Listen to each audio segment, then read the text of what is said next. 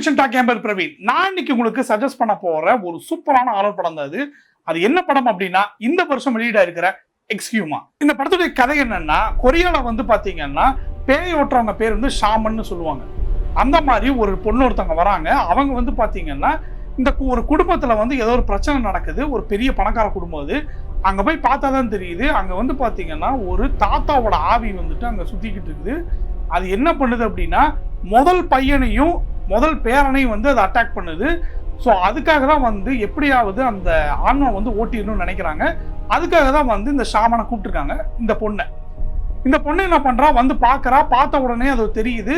இப்போ என்ன பண்றாங்க அப்படின்னா, சரி ஓகே, இப்போ அந்த பேயை நம்ம அழிக்கணும் அப்படின்னா நம்ம என்ன பண்ணணும்னா, அதோடைய பணம் எங்க இருக்கோ அங்க இருக்கிற அந்த பாடி எடுத்து நம்ம வந்து எரிக்கணும் இல்லையா? அப்ப அதான் வந்து எல்லாம் பண்றது. ஸோ அதை பண்றதுக்காக இவங்க போறாங்க.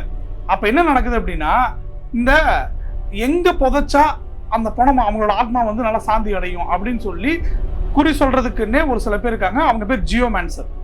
ஸோ ஜியோமேன்சர்ல அவங்களும் சரி இந்த ஷாமனும் சரி இவங்க முன்னாடியே வந்து ஃப்ரெண்ட்ஸ் தான்.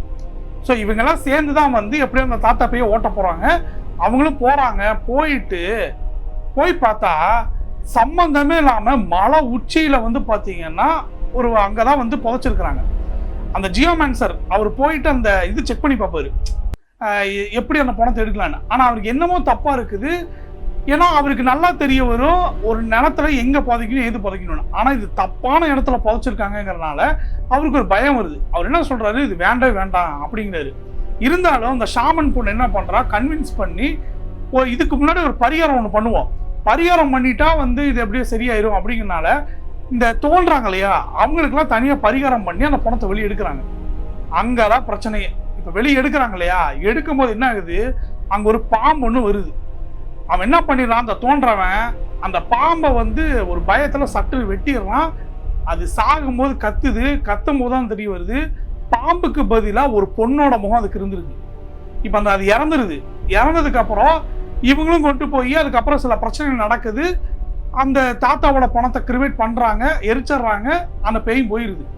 நானும் அப்படிதான் நினைச்சேன், என்னடா அது படம் 1 மணி நேரத்துல கதையை முடிஞ்சு போச்சு, நல்லா இன்ட்ரெஸ்டிங்கா தான் போச்சு, பட் 1 மணி நேரத்துல முடிஞ்சிருச்சுன்னு நினைக்கும் போதுதான் இன்னும் 1 மணி நேரம் படம் இருக்கு, வேற என்ன பண்றாங்கன்னு பார்த்தா அங்கதான் ஒரு விஷயமே. இந்த ஒருத்தர் தோன்றுனான்னு சொன்னான் இல்லையா, அவன் ஒரு இது பண்ணான்ல, அவன் ரூம் விட்டு வெளியவே வரமாட்டேங்கிறான், ஏதோ பயந்து கிடக்கிறான்னு தெரிய வருது. அப்ப அந்த ஜியோமேன்சர் என்ன பண்றாரு, அவன் வீட்டுக்கு போய் கேட்கறாரு, ஏன் என்ன ஆச்சுங்கும் போது அங்க வேற என்னமோ ஒண்ணு இருக்கு அப்படின்னு அவன் சொல்றான். அப்புறம் தான் வந்து ஜியோமேன்சர் அங்க போறாரு. போய் தோண்டி பார்த்தா பேசிக்கலா ஒரு பணத்தை புதைக்கிறது எப்படி புதைப்பாங்க, இப்படிதானே புதைப்பாங்க, ஒரு டப்பால வச்சு இப்படிதானே புதைப்பாங்க. நெட்டு குத்தலாம் வந்து ஒரு டப்பா அதுக்கு அடியில் இருக்கு.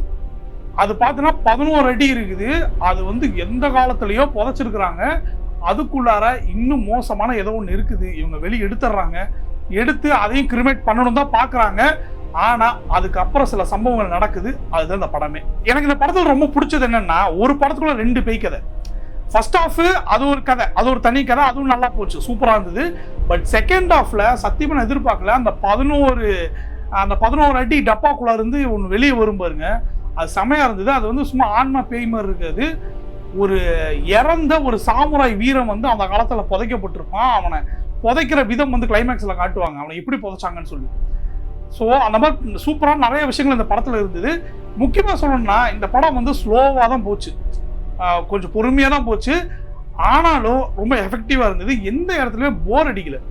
உங்களுக்கு ஒரு இப்போ ஃபார் எக்ஸாம்பிள் வந்துட்டு இதுக்கு என்ன கொடுக்கலாம், வெயிலிங்னு ஒரு படம் இருக்கு தெரியுமா, அந்த மாதிரி படங்கள்லாம் உங்களுக்கு பிடிக்கும் அப்படின்னா இந்த படம் தாராளமாகவே பார்க்கலாம். நானும் பார்த்துட்டே இருக்கிறேன். அவங்க கொரியாவில் அவங்களுடைய சிஜி ஒர்க்காக இருக்கட்டும், அவங்க பண்ற சில விஷயங்கள்லாம் ரொம்பவே நல்லாவே இம்ப்ரூவ் பண்ணி சூப்பரா பண்ணிட்டு இருக்காங்க. இந்த படத்துலையும் வந்து பாத்தீங்கன்னா ஒரு சிஜி ஒன்று பண்ணியிருக்காங்க, சூப்பரா இருந்தது. ஒரு ஃபயர் பால் ஒன்று வானத்துல சுத்திக்கிட்டே இருக்கும். அது ரிவீல் பண்ண விரும்பல அது என்னன்னு சொல்லி.